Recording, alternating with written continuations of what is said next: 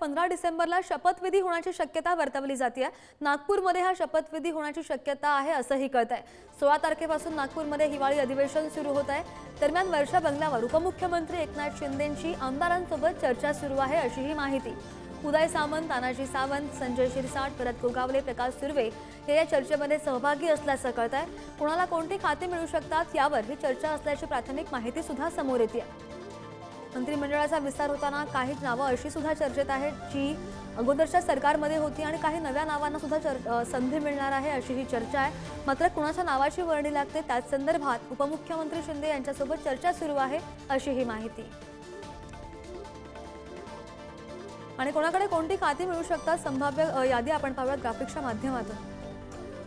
शिंदेंच्या शिवसेनेकडे कोणती खाती आहेत आपण पाहतोय। सार्वजनिक बांधकाम, उद्योग, उत्पादन शुल्क, शालेय शिक्षण, सामाजिक न्याय, परिवहन, आरोग्य आणि कुटुंब कल्याण, सार्वजनिक बांधकाम या खात्यांवर कोणत्या मंत्र्यांची वर्णी लागते हे सुद्धा पाहणं महत्त्वाचं असेल।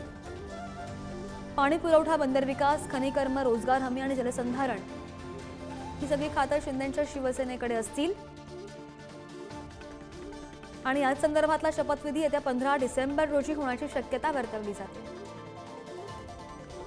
अजित पवारांकडे कोणती खाती असणार आहेत आपण पाहतोय। अर्थ आणि नियोजन, कृषी सहकार, अन्न आणि नागरी पुरवठा, महिला आणि बालकल्याण, मदत आणि पुनर्वसन, केंद्रीय वैद्यकीय शिक्षण, क्रीडा, अन्न आणि औषध प्रशासन। उपमुख्यमंत्री अजित पवारांकडे कोणती खाती असतील हे आपण पाहतोय आणि याच दरम्यान 15 तारखेला शपथविधी होण्याची शक्यता वर्तवली जाते। अधिकची माहिती घेऊयात, आमचे प्रतिनिधी पंकज जळवी आपल्यासोबत आहेत। पंकज, शेवटी हा तिढा सुटलेला आहे असं म्हणायचं आहे का? 15 तारखेला शपथविधी होतोय अशी शक्यता वर्तवली जाते। कोणकोणते संभाव्य मंत्री शपथ घेऊ शकतात? शिंदेंच्या शिवसेनेकडून 12 नावं आहेत, त्यातली 8 नावं शपथ घेतील अशी शक्यता वर्तवली जाते। पंकज,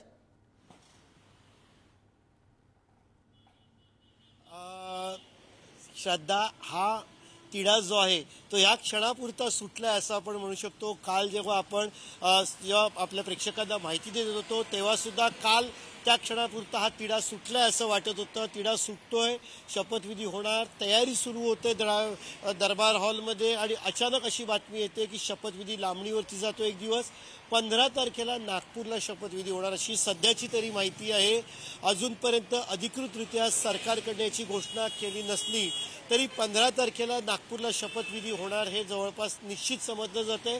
आता किती घेणार तर 12, 17, 12, 20 आणि 10 असा फॉर्म्युला जो आहे तो ठरलेला समजणे असं लक्षात येते। एकनाथ शिंदे यांच्या शिवसेनेचे 12 मंत्री, अजित पवार यांचे 10 आणि भाजपाचे 20 मंत्री असा पूर्ण फॉर्म्युला ठरल्याचं समजतंय। पण एकनाथ शिंदे यांच्या वाट्याला एखादं मंत्रिपद अजून वाढलं, 13 झाले तर अजित पवारांच्या वाट्याचं एक मंत्रिपद कमी होऊ शकतं। त्यामुळे एकतर 20, 12 आणि 10 किंवा 20, 13 आणि 9 असा फॉर्म्युला असण्याची शक्यता आहे। निश्चित, आणि मला असं वाटतं त्याच संदर्भात शिंदेंची मंत्र्यांसोबत चर्चा सुद्धा सुरू आहे। अपडेट घेत राहू पंकज, धन्यवाद दिलेल्या सगळ्या सविस्तर माहितीसाठी।